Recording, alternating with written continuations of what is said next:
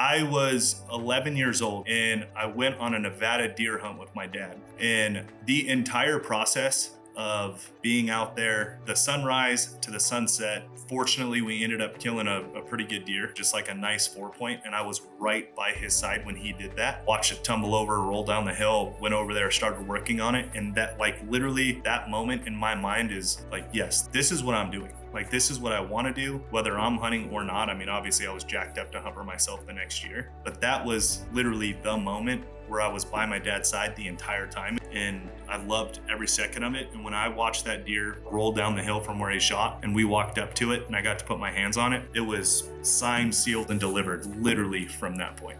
My name is Derek Wolfe. I'm a Super Bowl champion and a 10-year NFL vet. Now, after a decade of professional football, I'm focusing on my other passions.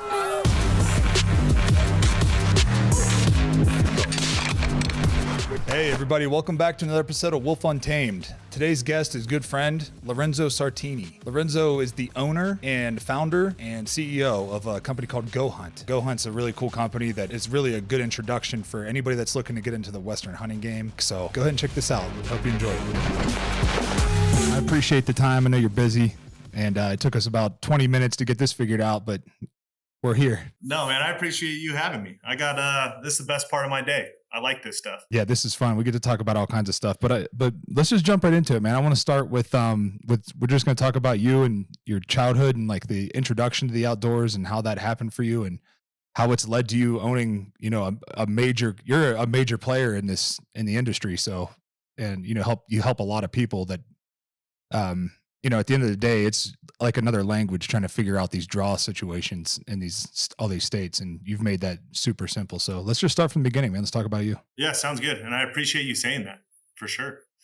My childhood, I'm born and raised in Vegas my whole life, if you can believe it or not, as big as hunters as we are and as my entire family is. But it's kind of like, it's an unknown thing. Vegas actually does have a really big hunting culture to it. I mean, being in the Southwest, close to Arizona, close to Utah, that's kind of where it all comes from here, at least. But my dad, when my dad was a kid, his uncle Bill Sartini, he was an amazing guy. He, passed before I ever got to meet him. He passed really young from bone cancer, which is crazy. I wish really I got to meet him. He played professional baseball. He was a self-made millionaire by like young 30s. He had he would refurbish tire and axles. I don't exactly know how that all worked because obviously I didn't get to meet him, but he would go rip out tires and axles from these mobile home companies. And he was doing very well with that. And he ended up having some property in Utah from that. Like he ended up buying this place in Utah. This is obviously a long time ago. So my dad grew up with him hunting. My dad's dad, my grandfather, didn't really hunt. He wasn't big into it. But my great uncle Bill, he was like a maniac about it. So that's kind of, as far as the pyramid goes down through the family of being hunters, he's the one that started it all. And my dad worked for him for a long time, ripping out tires and axles and getting bit by all kinds of crazy spiders and all kinds of shit. So he was working for him and then hunting with him in Utah. Well, obviously, as my dad got older, started having kids of his own, he was a hunter. Like he had learned it from his uncle Bill. And, from what I can remember and from what he tells me, I just took to it immediately. Like literally as young as I could understand what hunting was, I just completely took to it. I remember all my young birthdays, all I would ask for, my birthday's in November, all I would ask for is just take me hunting. Like that's all I want to do. I don't give a shit about big birthday parties. I don't really care about friends, which is interesting. I have very few friends still to this day. And I think that has a lot to do with hunting so much, right? Like all my friends are just in this world. So I took to it immediately, and thank God my dad was, a hunter himself and actually wanted to do it. So I got to go with him a lot, hunting all through Utah and Nevada.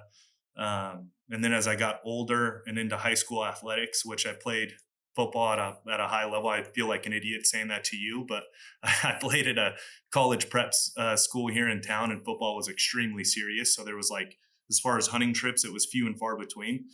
So I'd have my dad take me to like Texas and all these late season, all the late season stuff. Cause high school ball is over by December. Right. So you got all of the most of December and January. Exactly. Yep. So I ended up doing a lot of like Texas hunting because that runs late. A lot of Idaho stuff because that runs late. And then waterfowl as well. So that's kind of like that's what started me in hunting. And I mean, literally everything in my life revolved around hunting. Like I can remember vividly being on the field in playoffs, being like, man, I can't get hurt. I cannot get hurt because then I can't go hunting this weekend. You're Yeah. right. Like I can't go on my dad's elk hunt this weekend if I get hurt, which is a terrible mindset to be in, obviously. That's like, it was just, it would eat at me always. Just hunting was like the top of my mind. And then when it came to college, when I, had the benefit of kind of choosing schools, right? Schools that wanted me to go play for them, I was able to like kind of make decisions for myself. And my decision was, I want to go somewhere where I can hunt as easily as it is to play ball, right? Yeah. And this is where it got real, like very, very real for me. Is I ended up going to the University of Montana because I went up there on a visit. And before the game, my host was out hunting that the day before and then that morning because it was a night game, which was incredible, by the way, at University of Montana. Definitely not like what you would think of a D1 AA school. I doubt it was anything like Cincinnati, but like it was insane. So I was in love with it immediately. And this was about halfway through my senior season. So I thought, I was going there to play ball and that's what I was getting ready for. And I could hunt and snowmobile and do all that stuff really easily being in Missoula because everything was so close. Yeah. The second I got there, like literally the second I got there, I was not going to play. I'm like, this is the mecca of an outdoorsman. And like, there's no way I can play. Like I'm going to drive myself crazy being here and knowing that all of this is available to me. So literally from that day, I'm like, yeah, I'm not doing it. I'm literally just going to hunt and fish every day I possibly can. And that's what I did. And somehow I ended up graduating college in 4 years, which was, by the way, a very dumb decision. I should have stayed there as long as I possibly could. But I don't know how I graduated, but I did. And that was like a very big eye opener to me being in Montana for 4 years of how they hunt compared to how I grew up hunting. They're, being in the Northwest, sharing borders with Idaho, sharing borders with, not necessarily borders, but being very, very close to Wyoming, Colorado, all those opportunity states. I started to realize like, yeah, we're all hunting deer, elk, antelope. We're all having a good time, but you guys have so much opportunity. Whereas I grew up, it was all about drawing tags and trying to have to go to Utah or Arizona because we couldn't get a tag in Nevada, whatever it was. It was very like multi-state. I came from a very multi-state strategy already just as a kid because I had to. And then being with my buddies up there who were born and raised Montana, and they're just talking about hunting like, it's a guarantee every year. And I'd never been around that. So it really put into my mind of like, there is a very different way all these states are going about this, right? This was kind of like when my head started to put everything together. And when I came home, graduated college and came home, and I'm sitting back in Vegas, Nevada resident, back at work.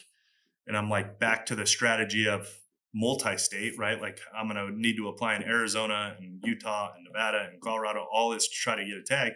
I started putting in my mind, like, this is crazy. There's not an easier way to do this compared to how I was hunting in Montana. It was so easy. Like I would just get the general combo tags, whatever. Back then it was guaranteed when I was in college.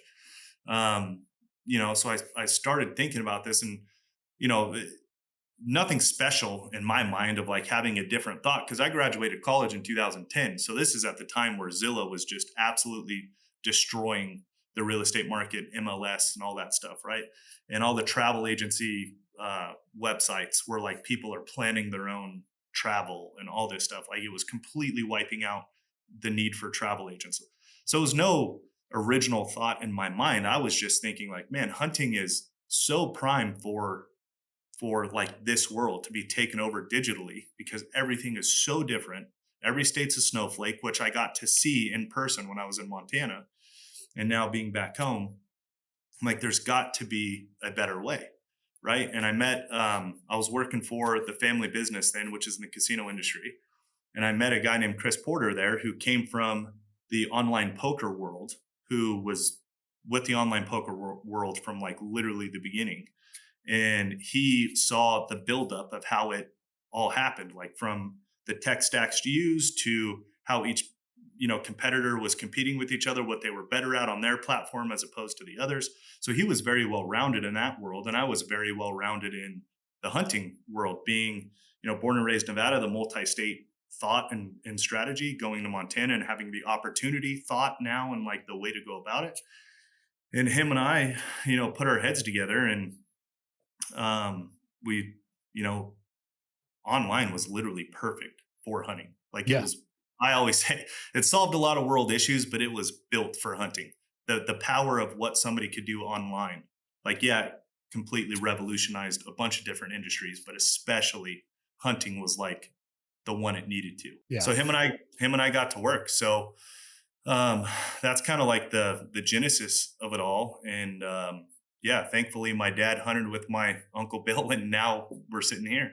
Yeah. So what was your I just want to go back to like, how it all started. Like what can you remember one moment as a kid that was like, okay, I love this? Like, can you remember that? Because I know what mine was, and most people have that one moment when it was like, okay, I love doing this, and I want to. Yes. So I was 11 years old. It was the year before I was able to hunt legally. And I went on a Nevada deer hunt with my dad. And Unit 17, or Area 17 is what we call it in Nevada. And the entire process of being out there, like the sunrise to the sunset, to fortunately we ended up killing a pretty good deer. Nothing crazy, but just like a nice 4-point. And I was right by his side when he did that, and watched it tumble over, roll down the hill, went over there, started working on it. And that, like, literally that moment in my mind is like, yes, this is what I'm doing. Like, this is what I want to do, whether I'm hunting or not. I mean, obviously I was jacked up to hunt for myself the next year, but that was literally the moment where I was by my dad's side the entire time. And we actually hunted. I was 11 years old, so I could actually get around a little bit. So I think we killed on the third or fourth day. So it was a lot of hunting, a lot of glassing, a lot of searching. And I loved every second of it. And when I watched that deer fall, roll down the hill from where he shot, and we walked up to it and I got to put my hands on it, it was signed, sealed, and delivered literally from that point. So you just enjoyed the process, The whole thing. like, Yes. because you got to go, you got to figure out what area you're hunting, and then you got to get out in glass, you got to come up with a strategy, get your wind right, get in position. Then you got to go. Absolutely. Then you get a good shot on a deer. Then you got to go clean that deer and pack him out and do Yep. the whole thing. And that's, you probably just fell in love with that. It's just the whole Absolutely. process is hard not to love. That's what, and like I said, hunting those 3 or 4 days before, when you realize like, oh, it's not a guarantee. Like there Hmm. was a day, I think a day and a half where we didn't even see deer. And it's like the whole process, the chase of it. Right. And then when it finally did happen, I'm like, that's it. I'm done. Yeah, because it's one of those things. If you just keep going, you'll find one. Exactly. And that's It's what I like, like. yeah, if you just don't quit, that's why I think that's the athlete in us. Why, because that's what I love so much about it is if you just don't quit, it'll happen. Exactly. And you just got to keep grinding and keep going and keep trying to find new ways. I equate it to like, pass rushing. It's, if the first, second move doesn't work, okay, I got to come up with a new strategy, a new plan on third down, and then just keep trying stuff until it works. Yeah. And that's how you get better at hunting, I think, is just trying different things, because everybody's got like the blueprint, they think, of how to get things killed. And, in my mind, it's a process of elimination, because sometimes people just get lucky. You know what I mean? Absolutely. Sometimes it just works out and you get lucky. But when the luck is not there, you got to go and put the work in, and you got to go you got to go find them. The age old saying of make your own luck, Yeah. right? Like that's what I like about it. And obviously I did not play at a level of you, but I could see how that is the case. Because like one of the things I like most about my personality traits is just I'm willing to just go until I figure it out. my wife will tell you too, like once I get my mind set on something, whether it's building an old truck or whether it's going to kill an animal, it doesn't matter what it like. My mind is just so focused on that one thing until I get it done. That and it translated really well to hunting, and I think that's why it grabbed me so easily. Is like, oh, this is right up my alley. Where it's like, okay, that didn't work. Now what?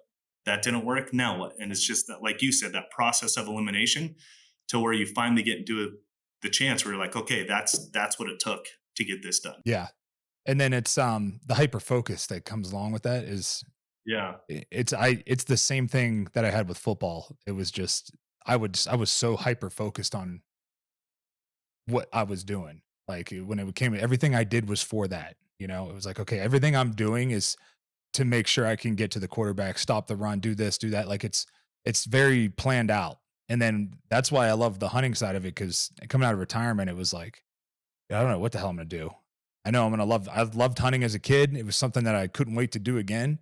And I just like dove straight into it because I could hyper focus on it. And it was like, oh, you have also for the Western hunting, you have to train for this stuff. Like you got to be in Yeah. shape for some of these backcountry mountain hunts, these high country mule deer, and elk hunting in general with a bow is, you're just going to hike a lot and you're going to have to pack a lot of weight, and it's not easy. And you have to, wake up every day sore and tired and your feet hurt, and, you just got to keep doing it. And there's something about that that's super rewarding, every time you get up and go do it. And man, it's just the hyper focus that comes with that is what I crave and I chase. So I think that's as athletes is what we love. And it's also kind of like our DNA code Yeah. to do that. Cause like just in the last 100 years, really, we've had these comforts that we have that we've become accustomed to, grocery stores and this and all that. But before that, man, you had to kind of fend for yourself. And I think that as men, especially as men, it's like something spiritual about it, and because it's coded in our DNA to hunt and provide. Absolutely. I love Joe Rogan says a lot of good things, a lot of really good ways. It's obviously why he's the most popular guy on the planet, is because he's able to say things in a very good way. But when he talks about how hunting awakens something inside of him, like, when the rod bends, when you got a fish on the line, like it doesn't matter if it's a 2-year-old or a 90-year-old woman, like it does something inside of you. I could not agree more. That's what hunting does. It literally awakens some thing inside. You tap into some code that's dormant and unused inside of you. And the second it lights up and becomes alive, it's all you can do or think about or want to do, Yeah. And I remember one of the very first times I met you, you were fresh out of retirement. And I had, I've been around football for a long time. My friends had some friends play all that stuff, but I never realized like in detail when you were telling me how many plays you have played and how many sacks you have. And you and Von Miller were, the tandem of you two, like working as a team and getting sacked. I didn't realize how many plays are actually played and how many like prize winning sacks are made, like destroying game plays are made. Right. And it's like, okay, that persistence, when you were telling me that in my mind, I'm like, oh, he is going to crush hunting. Like that is literally what hunting is. Yeah. Cause if you have an 11% chance with your bow in a unit, it has like an 11% chance. You're like, oh, hell yeah. Yeah. That's a good, Yeah. that's a good chance. I got a good chance. And it's the same way with pass rushing, man. Together in 8 years, Vaughn and I had 136 sacks together, right? 100 of those are his, 36 are mine. So think about there's thousands of plays, thousands of them. Yes. So thousands of pass plays. You know what I mean? I mean, hundreds and thousands of just regular plays. And to think only 136 times we made it home, and we were two of the best to do it together, and it was like, that's why it's so similar to hunting, because you fail over and over and over and over and over. And it's like, especially with a bow, I mean, bow hunting is just so much harder because, and it's, that's why a lot of bow hunters go hungry, because we have to get so close. And then you add like the size that I am already, like being big, you don't hide well. It's just like you have to find alternative ways. So it's like, I was talking to Brian Barney the other day on the pod, and I was like, man, it's crazy because he'll just sneak up on these things. Like he'll go just sneak on a herd bull. And I'm like, Mhm. dude, you have no idea how many times I've tried that and I'm pretty good at sneaking, but it's just like, it's too much. It's so much for movement going on when I move that something is going to see me. Like it's just inevitable. Like I'm not small enough to just hide behind little bushes and stuff like that. It's just, Exactly. I mean, you're on a different level of size, but like just say we just had this conversation at the Western Hunt Expo this weekend. Think about all just the absolute gnarly killers that we know that are in our world, right? Brian Barney is one of them, right? Cam Haynes, another one. Remy Warren, another one. Dan Stanton, the elk shaped guy. yeah. Like they're all the same size, right? Yep. And you start looking at it, you're like, oh yeah, it does matter. Oh yeah, it does. I mean, it's just like, it'd be just like them looking at me and being like, man, I want to play defensive line in the NFL. And then they're It like, just doesn't work. it's just not going to work. So, but I'm also going to I have to accept the fact that I just got to find a different way to get them killed. Like that's just the way it goes, cause a lot of times you're not going to just call a herd bull, off of it. Like just if you're just some slappy just starting, you're going to have a hard time just calling a herd bull off of his cows and within bow range, and that's the lesson you have to keep. It's like, okay, we keep doing the same thing over and over again. And it's like, we're getting really close. So what is it that I have to do differently here? I got to do Yeah. something different. All right. So for me, it's like, that's where it's like, I love the planning of it. Cause now I got to get my collar. I'm like, all right, how about I put my collar like 200 yards this way? And then that way Yeah. I can work that bull, to where and put myself in position where I think that bull's going to come down and where he's going to come and look. And then I'll be in position to make a shot. And it's Yeah. like, okay, we'll try that. And then it's like, oh, he's still 55 yards away and he still won't break cover. And it's like, he just waits for the wind to switch. And when that wind switches, he's gone, and it's like, it's so frustrating, but then it's like, it keeps bringing you back, it's cause you're just like, every time a bull bugles, I'm just like, this is why I do this because it is Yeah. so awesome. And so I'm so connected and so focused on what I'm doing. Even when I come out without a bull, it's just like, I know I put 10, 15 days in hard and did everything I could. And I learned a bunch, just being in the elk, you learn a bunch. Yeah. And coming from your world too, this is the other part of the conversation I had with you about that football stuff is like, even though you didn't, have a ton of different sacks to the amount of plays you've played, there are small wins inside of every single one of those. Oh, yeah. Right? Like every single one of those, there's a small win. And I try to tell we talk to a lot of new hunters, right? Because that's our product, allowing people to find opportunity, how to get, entered into the draw of all these states. We talk with a lot of new hunters, and a lot of them struggle with they only see the true end success of, harvesting a bull, eating it for dinner, feeding the family, which absolutely that is the goal, right? That is the end goal, the North Star. That's what everyone's after. But man, you have to enjoy and figure out a way to celebrate those small wins. Like a bull coming into 55 yards and he didn't break cover. Hey, you still got a bull into bow range. You just didn't get a shot, right? Like that is a small win. You figured it out. You got a bull into bow range. That is not an easy thing to do. And so talking to a lot of new hunters and a lot of hunters in general, I think they lose sight of all these small wins. And when that's the fun hunts is when you can celebrate those small wins, even when they didn't happen. Because at some point, you keep trying something new, it will come together. Yeah, it'll come together. I don't know. That's the hard part about Colorado, man, is because you only get a month to bow hunt them. You get the month of September, and then they throw a muzzleloader season in the middle of that just to screw you over. It's like really frustrating. Yeah, Colorado, Utah, there's some states they need to figure out. This is just being a selfish hunter here speaking. They need to figure out like how to not put so many hunters on top of each other. Not everyone's going after the same thing, but like you're out there trying to kill a bull with your bow. archery deer hunters, same time. Then you got muzzleloader deer hunters, September 10th. So only 10 days in, you got a whole nother, Yep. thing in the field that's making noise. And Bear hunters. You got black bear hunters are out there too.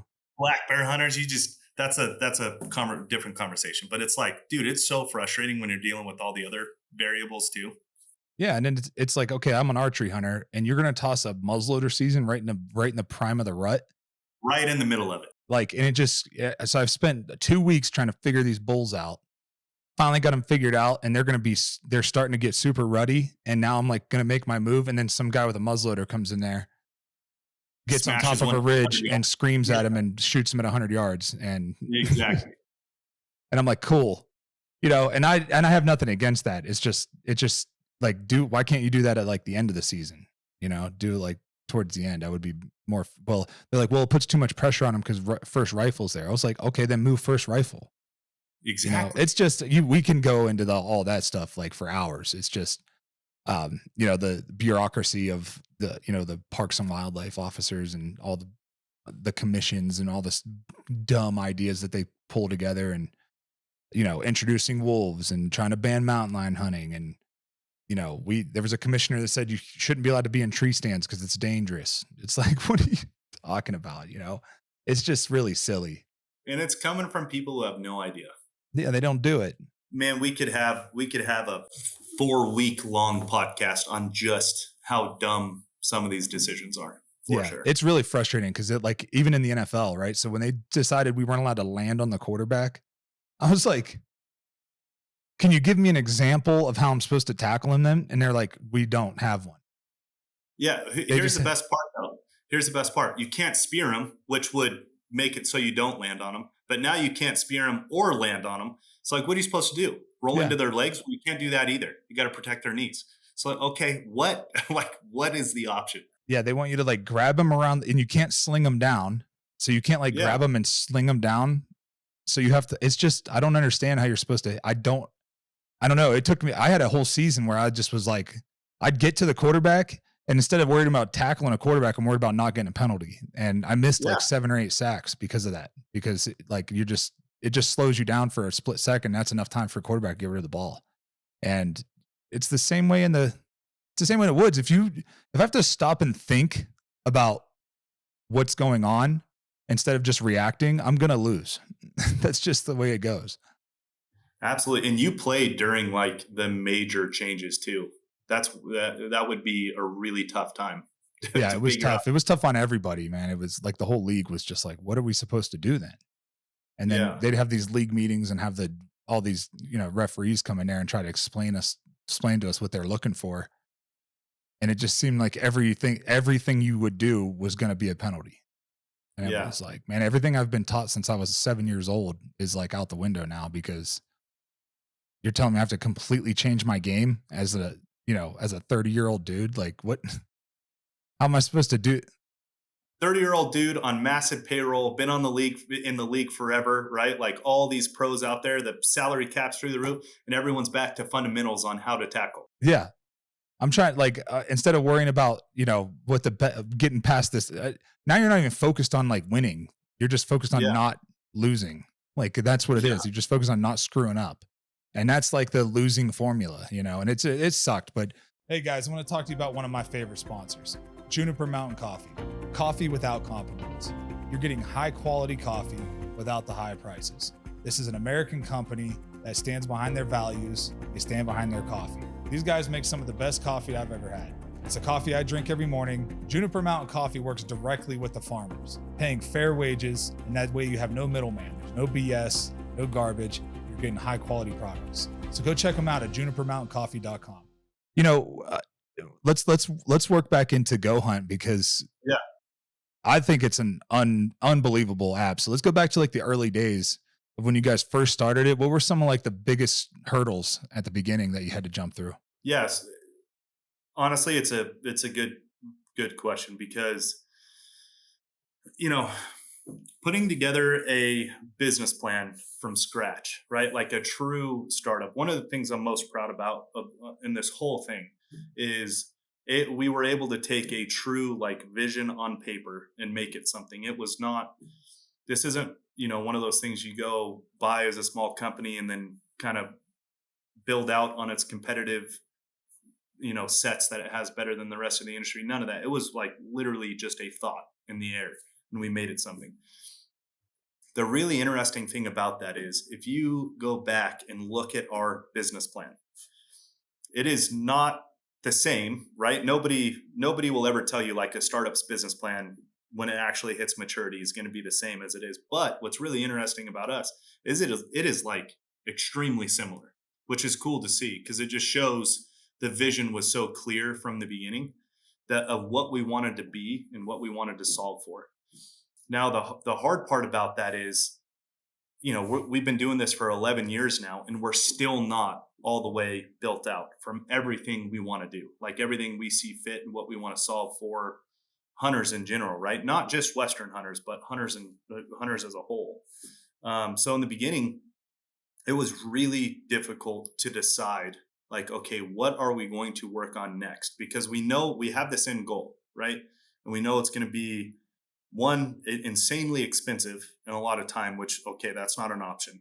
Or the second option is let's just one step closer, right? One brick at a time, one step closer. And let's make the right decisions to get to this end goal that's going to set us up to be capable of everything we want to be at the end, which is really hard thing to do because as you're building something, you're also thinking through, okay, this needs to be open-ended on both sides, on top and bottom. So the next thing can plug in and go to the next thing, right? Like it's this chain of events that we want to create. And man, it was a lot of headaches to get there. But we knew the day we launched, we knew what would be an acceptable product, which is consolidating all of these states' applications, seasons, how they worked, and every single different unit for every single different species. So I don't know if you remember the magazine era of hunting, but the magazine era of hunting would take like the top 10 units or top 5 units, or maybe one magazine would even get crazy and do like the 25 best opportunity units within the state. Well, Nevada is one of the smallest Western hunting states out there. We have 172 individual units within the state. I actually think it's more now because we opened up a couple. But when we launched, it was 172 or 173. Like 35 of those isn't solving for anything for me, right? Like we wanted to solve for all of the units, all of the areas, and every single species within them. And we knew that would be a product that would be, quote unquote, accepted by the end user. So that's where we started. And having a unit profile, this was the hardest part.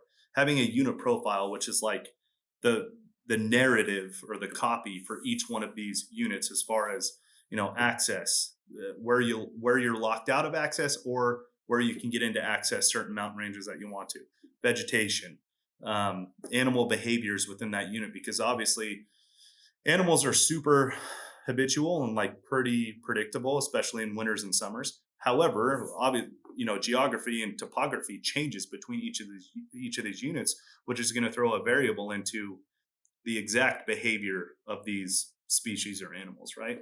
So we're like, okay, if we can solve for all of this in these 5 most important states, that's what we launched with. It was only 5 states. We saw fit that it would be a product, like an actual product that people would want to use. And thank God we were right. We've been wrong a lot along the way. So, I mean, we're definitely not able to see into the future or anything like that, like Elon Musk can, but we were able to be right on our first bet, which really set us up for the rest of the successes. Because that first bet that we made was successful enough that it allowed us to get a little more aggressive, right? A little more predictive and not just going with the safe bets, right? Yeah. So we started from there. That was like the major headache was which 5 states are we launching with, and how do we get all of this narrative and data, and how do we want to see it? Like that was the first major hurdle and headache. And then from there, the beautiful part about digital and online and building a community, which is the second most thing I'm proud of, is we built like a really good community behind our membership program, right? Like our members are amazing. The community is amazing.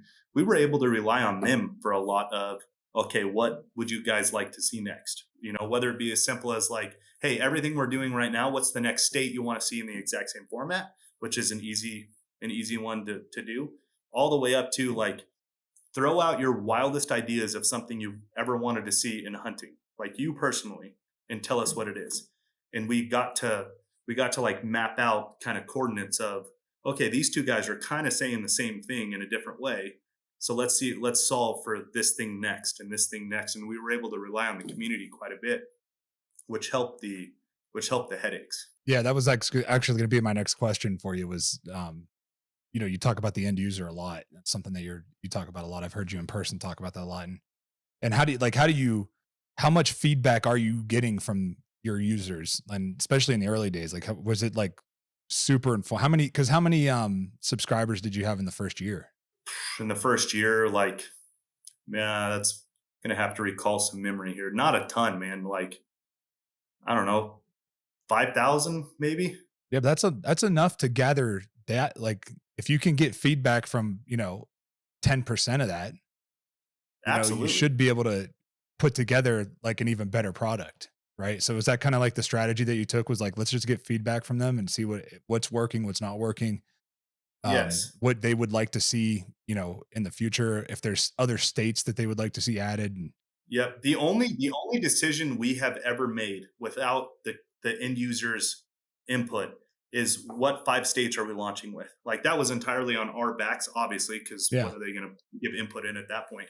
But literally from that day, we've absolutely relied more heavily on consumer and community feedback than our own. Like, obviously we have our own internal stuff, right?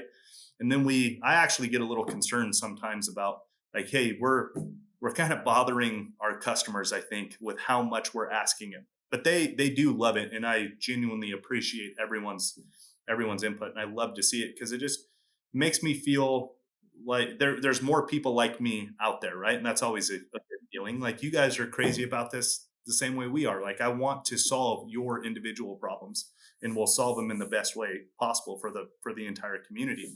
So after that first decision of like the first 5 states we're launching with, from that day, we've been so heavily based on customer and consumer feedback, and it helps, and it helps amazingly. And also it helps build the community where they really do have input into our business, into our product, into everything we're building next, and where we're going to spend our money. Right. Because I mean, that's, at the end of the day, we want to make it as literally as best as possible for every individual customer, and not the community as a whole. But obviously the community as a whole is a way to get there. Right. Yeah. And then make it so you can individually make it how you want to use it. Exactly. Like, we have these community-based products, and now we want you individually to build it out the way you want it, not anyone else. Like, you don't have to use it the same way as the next guy to you. You can use it exactly the way you want. And that's the product phase we're in now, which is really fun. All right, guys, I want to talk to you about a product that I've been using for a long time, over a decade. When I was playing football, one of my main staples in my diet was bison. I got my bison from Great Range Premium Bison. They make some of the finest cuts of bison you can get. These guys have ribeyes, ground bison, all the steaks that you want. My favorite part about Great Range is that you don't have to worry about antibiotics or growth hormones in their meats.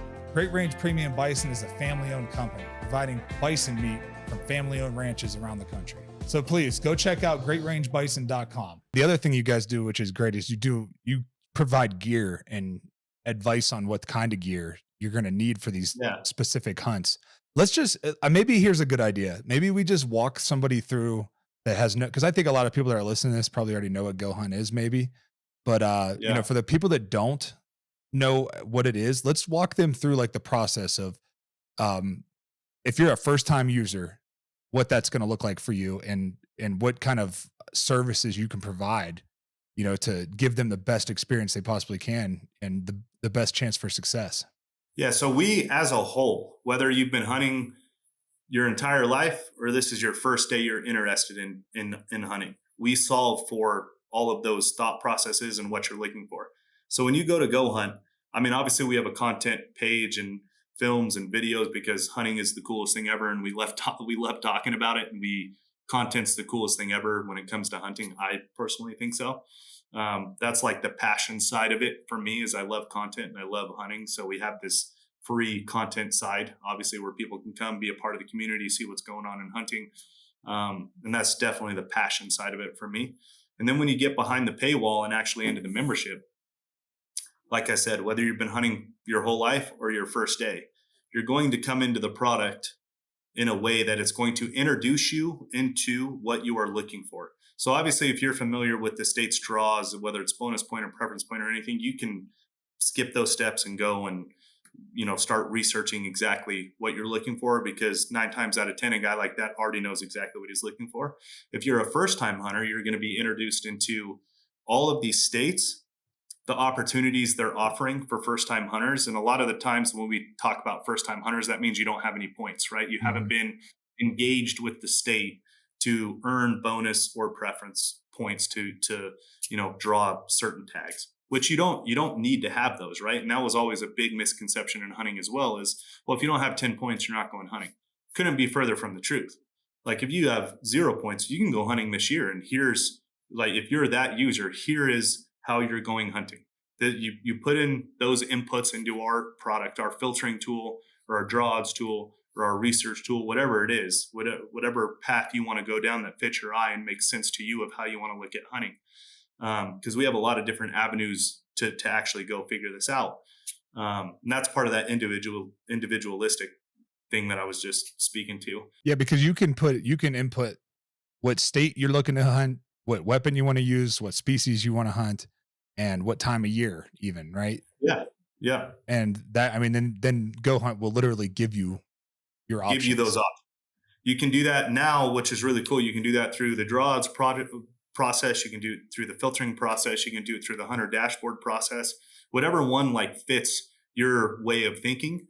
And it will show you the opportunities that state is giving you. Or if you want to just look at elk throughout the West, what opportunities elk are giving you in each of the individual states. If you're not hyper focused on only hunting your home state, if you're willing to travel, you can look at it from a species standpoint. If you want to hunt your home state or your neighboring state, whatever it is, you can go through the state process and figure that out. So what we do really, really well, I don't want to say perfectly because nothing's ever perfect, is if you are looking for an opportunity to go hunting, we will show you where that opportunity is. Whether you've been hunting and you have 30 points in each state or you have 0 points in each state, that's what we will show you. And then from there, you can build out. Obviously, if you go hunting once, we want you to do it a lot more.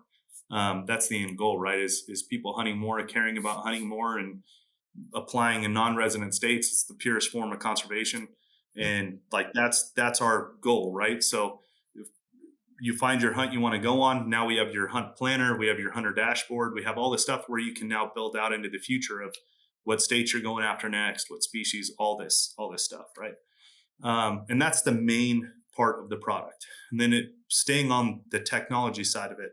From there, we have the app that you take into the field, which is, offline navigation as a whole. We focus and specialize on hunting tools only.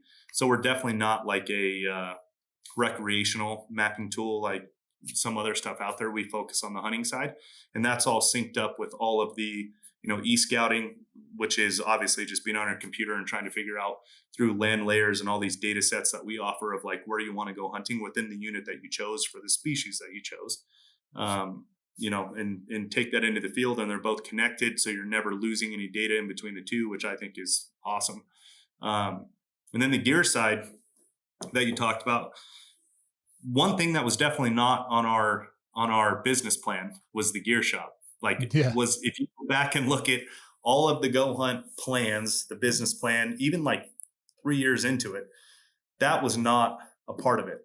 But what we learned really quickly, and this is community feedback, everyone would ask us in our films and in our content and all this stuff that we do, why are you using those boots? Why are you using that backpack? Why that tent? For each of the individual purposes and hunts that we were going on. Because obviously we use a lot of different gear for all the different hunts we go on. And that's just because of the benefit. We've been doing this for so long. We've been able to accumulate a lot of different style of gear, right? It's not easy to just get in year one and I want it all. Yeah. Good luck. Like, not possible, because you don't even know what you want for those use cases. Mm-hmm. So we were getting a lot of comments from our members, of a lot of emails, a lot of comments. Why are you using those boots during that hunt? And it was happening so much and so often. We actually developed a relationship with Sportsman's Warehouse to offer a discount code for these people to go to Sportsman's Warehouse. Now, the big breakdown there, and this is of no negative talk on Sportsman's Warehouse, because they do what they do, right, and we do like the in-depth. They serve a purpose and we serve a purpose, right? That's Mm-hmm. probably the easiest way to say that. When they would go to Sportsman's Warehouse, there was kind of a breakdown on information that the customer was looking for, because we're so in tune with why and how we're using it, whereas some people at the big box stores don't have that type of experience we have. And so it wasn't the best customer experience, and it was on behalf of us, right? Because we were telling them to go there. So we said, why don't we should just do this ourselves. We've all of us, right? So this is me, Trail, Brady, Brandon, all of us who have been hunting for 20 plus years. The amount of money we've wasted and mistakes we've made on gear, putting ourselves in the consumer's shoes, we're like, yeah, that was a terrible experience. Like, one of my worst experiences in hunting, it's that, right? It's like, okay, I wasted money. It didn't work. I had no purpose for it. It ruined my hunt. Like, that's all the worst case scenario stuff. And a lot of that falls on gear. Like, we did a good job of showing people the opportunity. The last thing we want is them to have a bad experience while they're out in the field, which obviously heavily relies on gear a lot of the time, those experiences of like make or break stuff. So it was customer feedback. We're like, yeah, we should just do this ourselves. So everything in our store, when people come here, they know it's like, hey, we use this for this purpose and we use it ourselves. Like, this isn't a money grab. This isn't anything like that. We do our points back in the gear shop just to show like, hey, we're not making our money off of this. This is a thank you to our members of, best gear for the best prices. And the reason for that is I want you guys, that the break you're getting on the money, go apply in another state. I would rather you hunt than buy gear. Yeah. Like, hunting is way cooler than buying gear. So like, the money you save, we hope that you're putting it to another state that you're going to go apply in and try to draw another tag. So that's how the gear shop came about. And honestly, that's like another absolute passion project for me and us as a whole, because every hunter, when you get into it deep enough, which you well know this, but it's we're all gearheads at heart, and we're all maniacs about trying something new and figuring something just a little bit of an edge, trying to figure that out. So the gear shop's total passion project too, but it's fun. It's fun. And it was entirely, like I said, a community based decision of why we did that. It was nowhere in the works of the business plan. Yeah. A lot of that stuff, it's funny because it's like out of necessity kind of just happened, for your users. What I love most about, what I think I love most about GoHunt is that, it's really hard to just like, a lot of people really want to get into it. They want to get into hunting. They want to do it. They just don't know how. They're supposed, they just don't, it doesn't make, they're like, I don't even understand what you're talking about here. And what you've created is a way for people that really are interested in getting into hunting, finding a way to like, oh, okay, it's really not as complicated as I thought it was. Like, I can, you might not until you build like the right amount of points for different units and this and that, you might not have opportunity to go in and, chase giants, but you're going to have opportunity to get out there and cut your teeth. You know what I mean? And I think a lot of people just don't even know where to start. And then being able to come in there, look at where I can hunt, and then what do I need to go on this to take with me on this hunt? Like, what kind of boots should I be wearing out there? You probably shouldn't wear muck boots on a mountain hunt. It's a lot of people make that mistake of just like coming, especially from the East Coast. They come out here and they just buy like some low level mountain boot, and then they end up putting these 8 to 10 mile days in an over the counter unit in Colorado, and then their feet are just wrecked after the first day. I would literally rather have a stick bow that I made from scratch than have a pair of shitty boots trying to hike around in them. I just don't know how people do it, because like, when my feet are screwed up, I'm done. Absolutely. And that the point you made of like, a lot of people don't know where to start that absolutely is somebody who's trying to get into hunting. Like there is that, the barrier just seems so high of like, how do I actually get into hunting? Which is, we always say, if you don't know where to start, you start with us. Like that is what Go Hunt does. But what's interesting about that statement and about that mindset is people with 30 points in a state, maybe not 30 because they're, max point level holders, but like, let's say 18 to 20, those people don't know where to start either. So like a lot of the times when we're talking to new hunters, when you do, in your mind, you don't know where to start, and you may feel a little, I don't know if the word's embarrassed or intimidated by that. It's overwhelming, I think. The people with 18, 20 points, it's overwhelming to them too, because they have all of this loyalty built up into a state. They have 20 years, 18 years of applying. Like, yeah, it's 18 points or 20 points. Those are years of your life that you've been applying into the state. And now you're in this area where Colorado, since we've been talking about that, like, yeah, you're still not going to draw unit 2 for elk. Like you're still not there. So they feel overwhelmed with like, well, when am I going to draw that? Well, technically you might never draw that. And it's kind of the way it looks. Well, then they get overwhelmed with, well, what am I doing with all these points then? Yeah. Okay, well, here's where you start. That's what, like, if you're wondering where to start, you start with us, whether you have 18 points or you're new to hunting. And it's just breaking that barrier down of, I know it's overwhelming to think about, like 18 years of your life, 20 years of your life applying, or just starting now. Those are both very intimidating places to start. The Go Hunt and our product just breaks that barrier down, so it's easily understood of like, okay, deep breath, here's the options. Like, here's the plan. Here's what you're going to do. Right. So that's our main, that's what we talk about is if you're looking where to start, you start with us. Yeah. We talk about like building all these points, it's kind of shitty what they've done in Wyoming, taking away all the moose preference points and the sheep preference points. I mean, because think about that. Somebody might have been like 20 years of their life, been loyal to the state, trying to draw that tag. And now you're like, oh, by the way, I know you've been doing this for the last 20 years, but it's gone now. It's gone. And that sucks. That really does suck, especially because it's like a moose, a Shiras moose in our state, in these the Western states here, a Shiras moose and a bighorn sheep are like once in a lifetime opportunity hunts. Because most people don't have, $1.3 million to go dump on a damn gov tag. It's just like the price of these tags keep going up and up. And it's just, that's where it's like the sheep hunting stuff kind of gets, I don't want to get into that because if I get the bug, then I'm like, now it's not even fun anymore. Now I'm just spending so much money to go do something I want to do every year. And that's why I love elk hunting, because there's usually an opportunity every year. And there will continue to be. Yeah. And it's not going anywhere. And it's not, they're not going to raise the prices to where it's like unreasonable for you to do it. But what's your answer for that? What's your answer for those guys that like wasted all, what did they do with all those points even? Just went away. They just gone. Like no refund. Like you're not going to refund anybody for all that money they spent. I mean, it's hundreds of dollars every year. Like the money is money, right? I don't mean to be, harsh on it or negative on it or whatever, but you can always find a way to make more money. Right. But the one guarantee in life is you can never get more time. Yeah. Like time, the ticking time bomb, it's there and you can't subtract on that one, or you can't earn time back.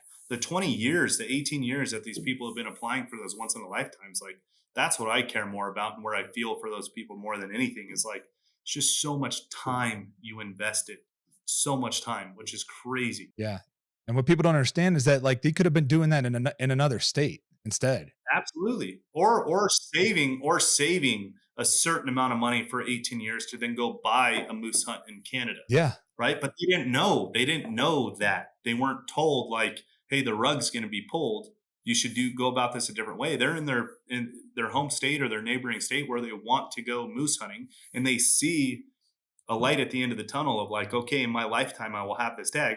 Well, now that's gone, where they were just told like, hey, instead of doing that, just save your $300 application fee every year and go buy one in Canada. And 30 years, Yeah. but they were never told that, which is the really shitty thing. But the interesting part on that though is all of these states are going to change because they're going to have to.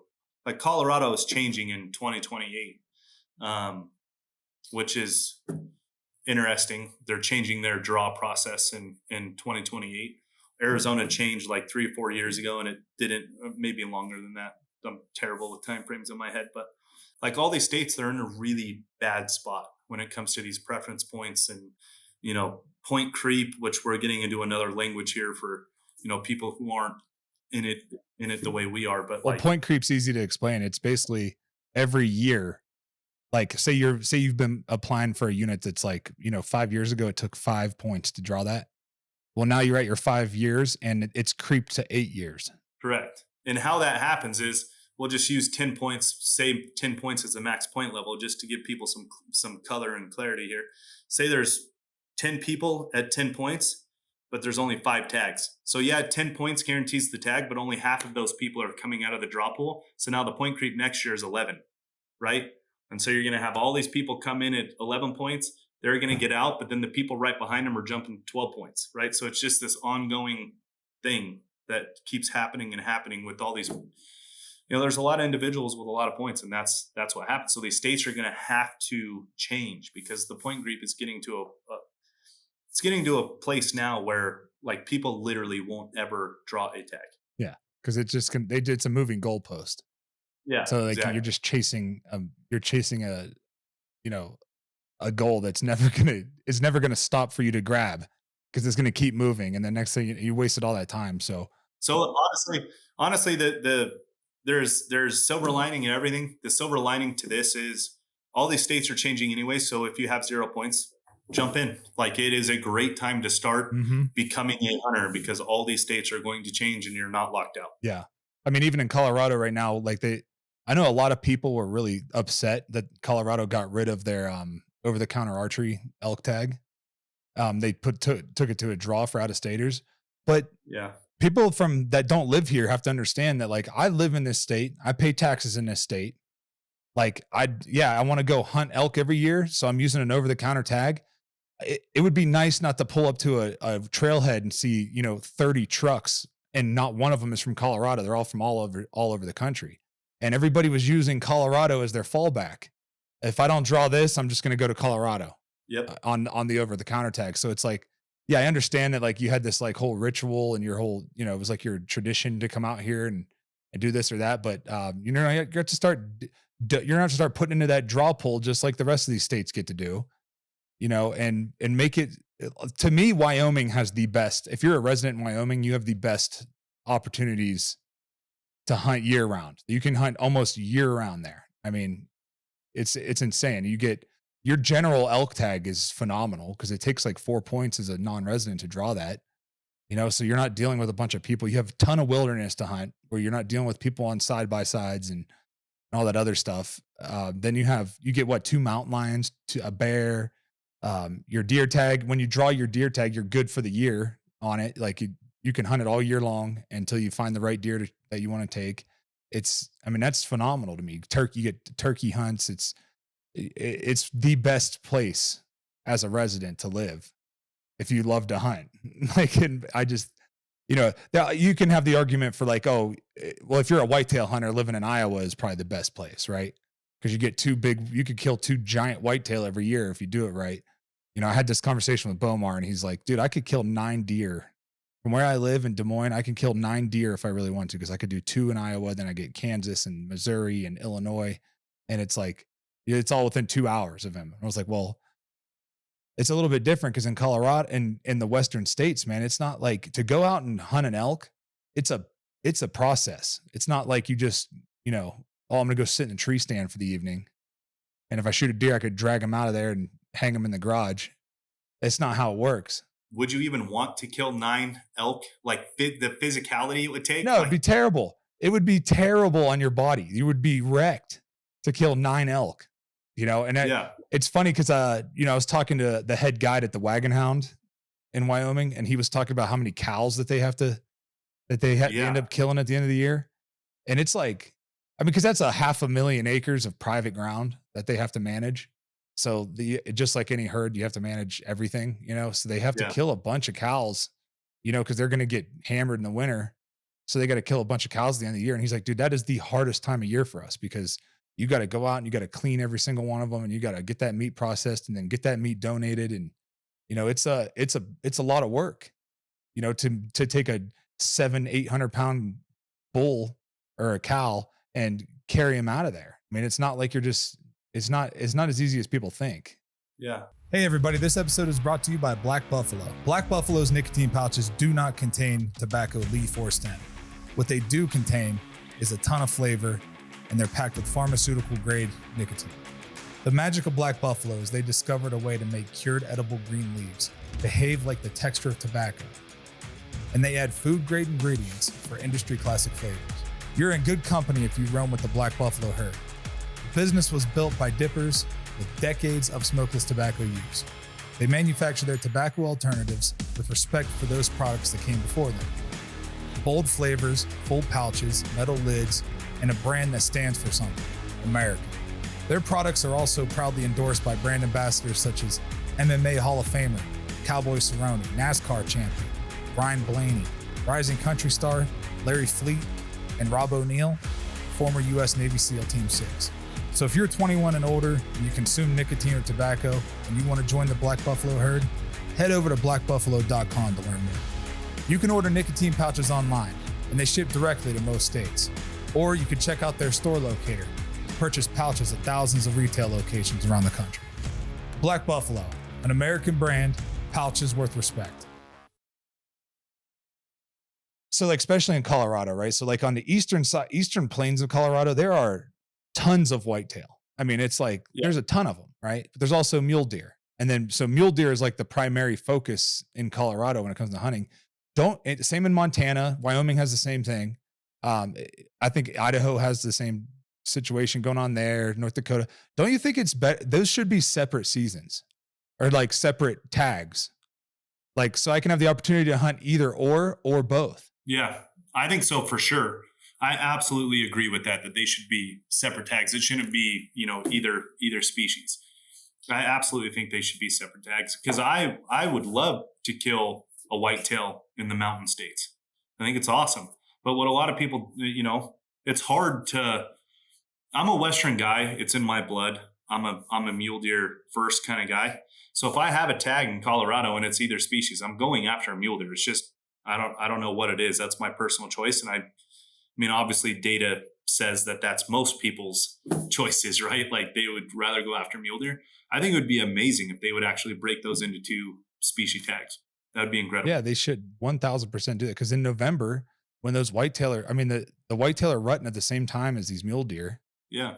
You know what I mean? It's like, why not give, especially for archery hunters, because you're going to have in November in Colorado, you'll have a lot of rifle hunters during that time for mule deer.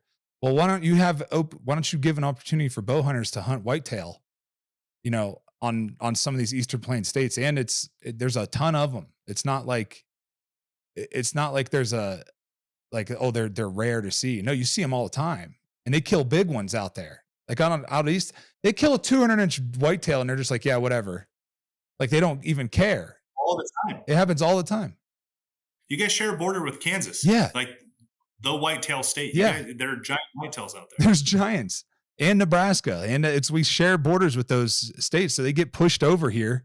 It's like those opportunities are there too. So I really wish they would split that up. And I don't know, maybe one day we'll be able to make that happen. I'm doing everything I can to be down there at the Capitol building for anytime they're trying to take our gun rights away or anytime they're trying to take our hunting rights away, I'm down there, being as loud as I can because at the end of the day, man, a lot of people are like, that's why I moved from the state. I'm like, well, you moved from the state and it's coming for your state too. If you can't just keep running, man, you got to stay and fight. Running's only a strategy for so long. Yeah. Until it catches up to you. Yeah. Well, Lorenzo, what is the future for where do you see Go Hunt like in 5 years? Like what is like your 5-year plan? What kind of new things that you can tell us about? I know that some of the stuff is like, in the works, you don't want to give it up, but what kind of things are you working on, and where do you see Go Hunt going in the next 5 years? I mean, we're an open book, so I mean, might be the wrong strategy, but I talk about everything. I like to talk about this stuff. But what we're doing now in Western hunting in the next 5 years, like Western hunting is absolutely the most detailed and monotonous, and like it needs the most as far as information and data and all this stuff goes, right? So we are getting to a point now where the loop is coming closed on Western hunting. So, talking about a closed loop system where it's all working together, it's all making your life easier. It's really, we want it to be where if you don't have a Go Hunt membership, if you're not on the subscription, like what are you doing, right? Like if you're a hunter, you have to have it. That's Insider in the Go Hunt membership is coming to a place where that's all coming together now in the next year. A lot of AI obviously is making a lot of that possible.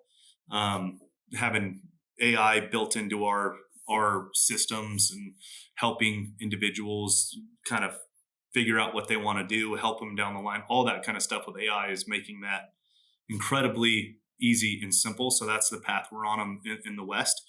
And then I have always wanted to, and this is part of the business plan I was talking about in the beginning, we've always wanted to be a nationwide product. Mm-hmm.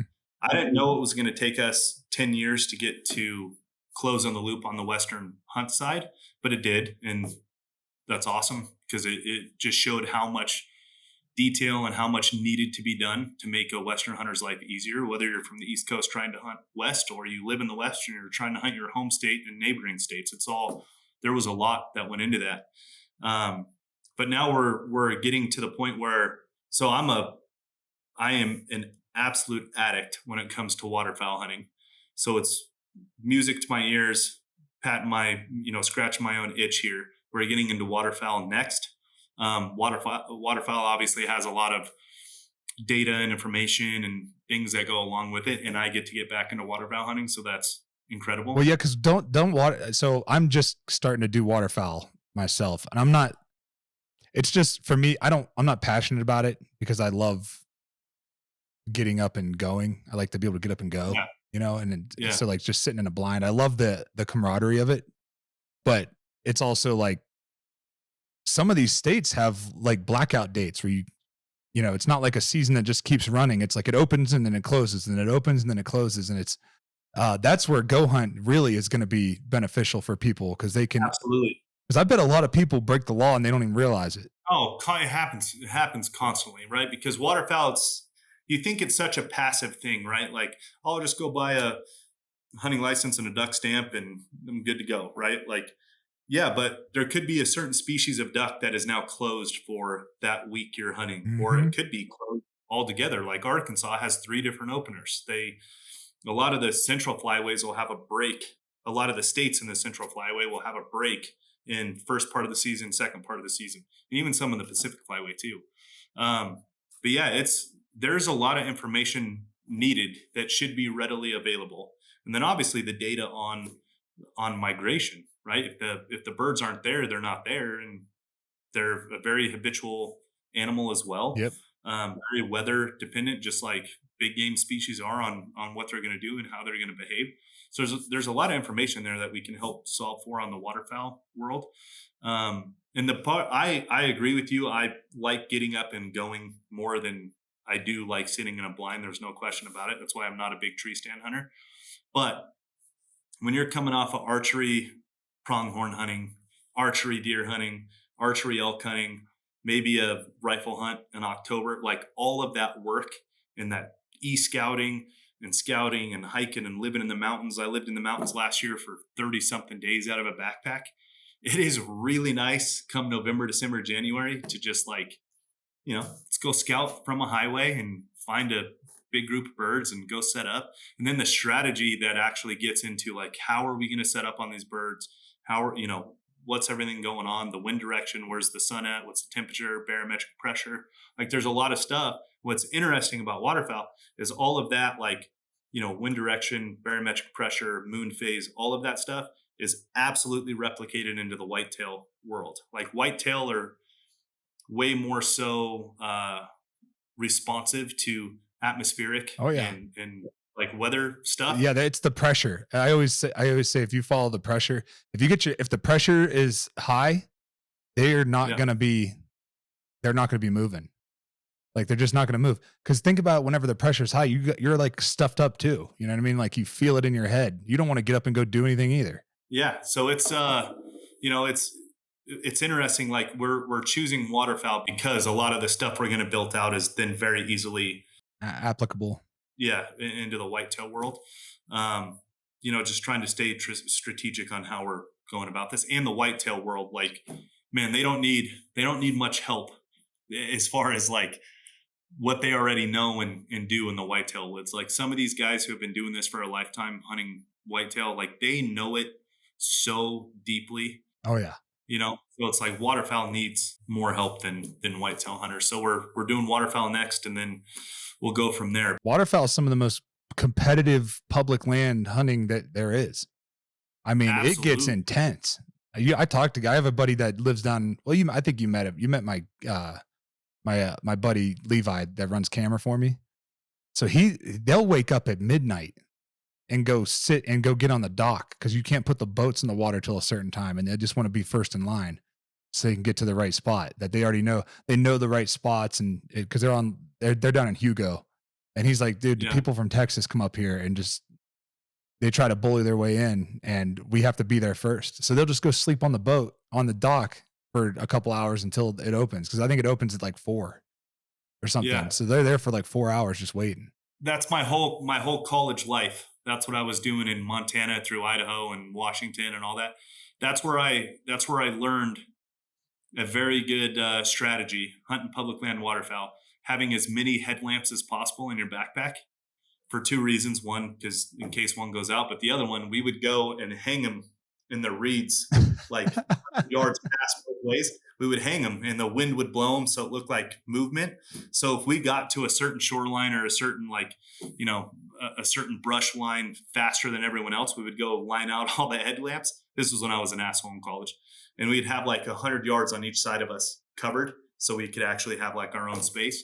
It is wildly competitive. You learn all these little tricks and tactics and all kinds of stuff. Yeah, that's pretty cool. I'm excited to see what you guys do with that. Even with the whitetail though, because some of these states like Kansas, it takes a year or two sometimes to. You don't draw it every year, but most of the time you draw it every other year, and then Iowa is like 7 years. That's where. So for us, we've been looking how do we enter and help each of these markets, right? Because we don't want to just be a product within the industry. We want to like help each one of these customers and hunters and exactly what they're looking for. In whitetail hunting, right, wrong, or indifferent, good news, bad news, I don't know. But a lot of these states are going to draw process, especially for non-residents.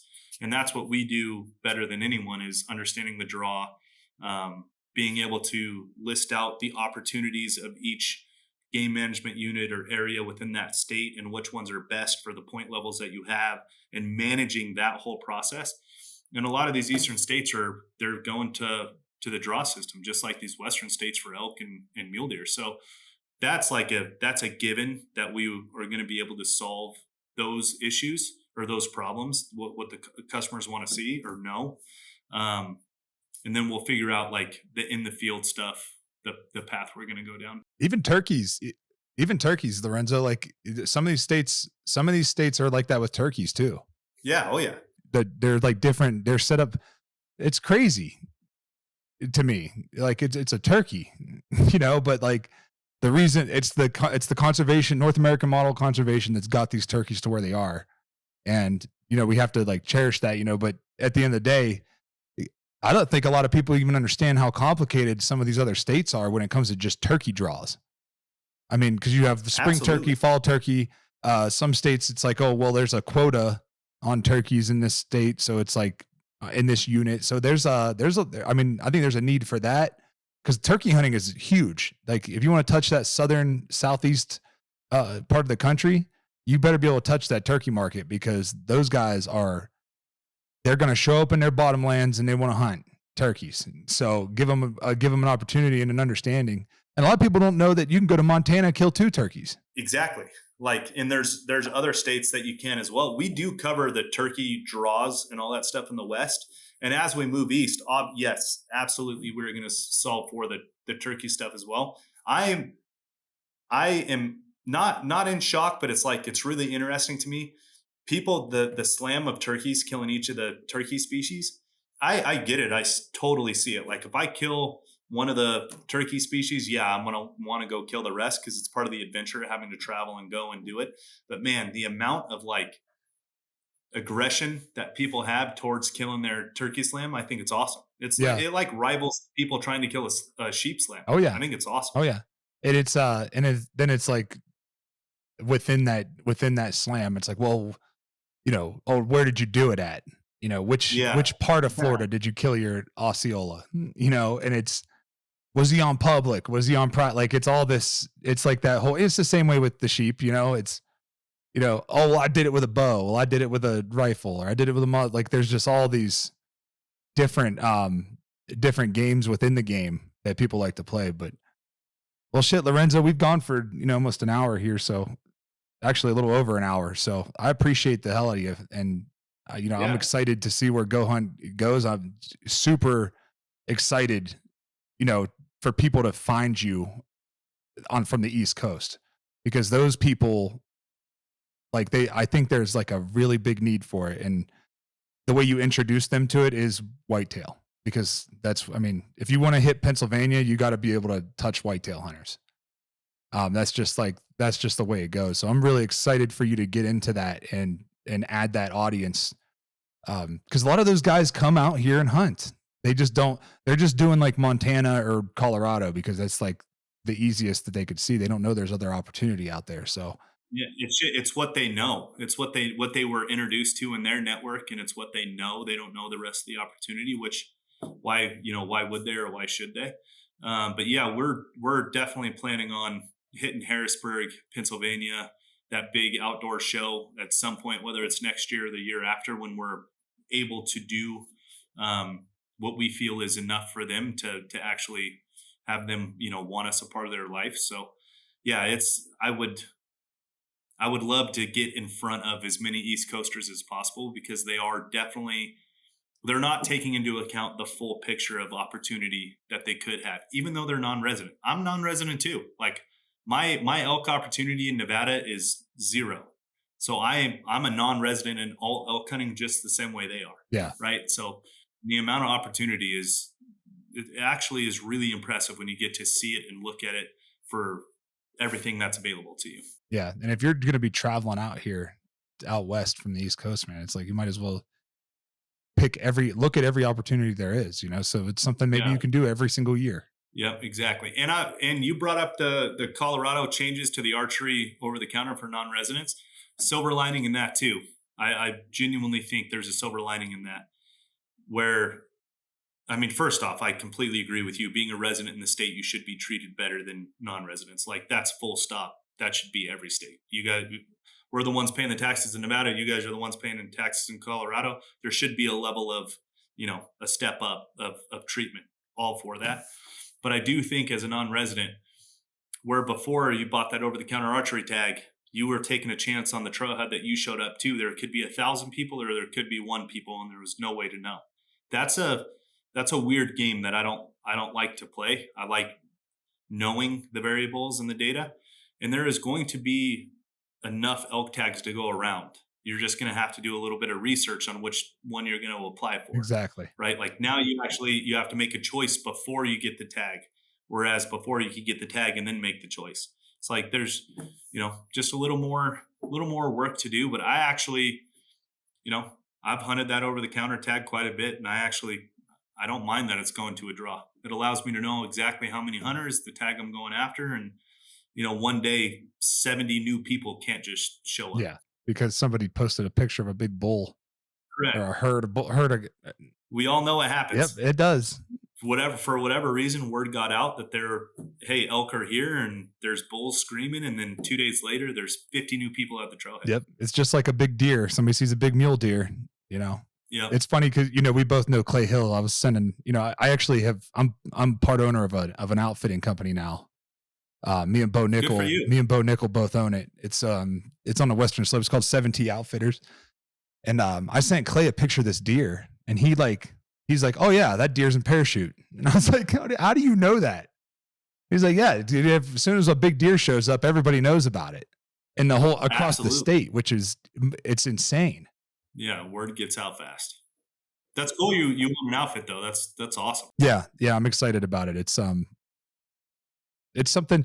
So for me, it's something that's important to me because I've hunted with outfitters and I've hunted by myself, and every time I hunt with an outfitter, I'm like, man, that was sometimes it's good, but most of the time, man, it's not a good experience. Like it's just not. I don't enjoy it because I think there's 3 variables when it comes to like a good hunting outfit. It's the food, the people, and the hunting. And you can control 2 of those 3. You can't control the hunting.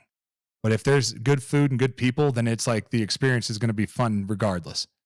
And so that's kind of like our ethos, is that we're going to have good food and good people. And, you're going to have hopefully a good opportunity, but like we can't guarantee the weather's going to be good. And, that's how it's like trying to plan a ski trip and like hope there's powder. Well, I can't predict when the damn snow's coming. So, and you can't predict if it's going to be a hot September or if it's going to be a nice September. And if it's hot September, you're going to get like 30 minutes in the morning and like 30 minutes in the evening to like actually put a stock on something with your bow. So yeah, I think you're right. I think you're dead right. I mean, Mother Nature has to cooperate. There's nothing we can force when it comes to hunting. And yeah, you can't control the other 2. That's why Clay does so well. Clay's got great people. Yep. And it's a fun hunt no matter what. Oh yeah. Clay's play. That place is so special. And I mean, It's just unlike any place else on this that I've hunted. There's nowhere else like that where you're hunting those big willows and there's bulls screaming in there. It's just crazy. And it's an over the counter unit. It's really cool. Yeah. Yeah. It's really cool. And it's a lot of private too, but it's surrounded by those big canyons on the sides. But yeah, we can get into that on another podcast about all these awesome places that we get to go. But Lorenzo, man, thank you again. Really appreciate the time. And everybody go check out GoHunt. Appreciate that. Thanks for having me. Genuinely appreciate it. It's the best part of my day. All right. Thanks for listening to the Wolfe Untamed Podcast. Be sure to check me out on Instagram, DerekWolf_95. Check out the Wolfe Untamed Podcast on YouTube. You can listen on all the other platforms, as well as DerekWolf.com.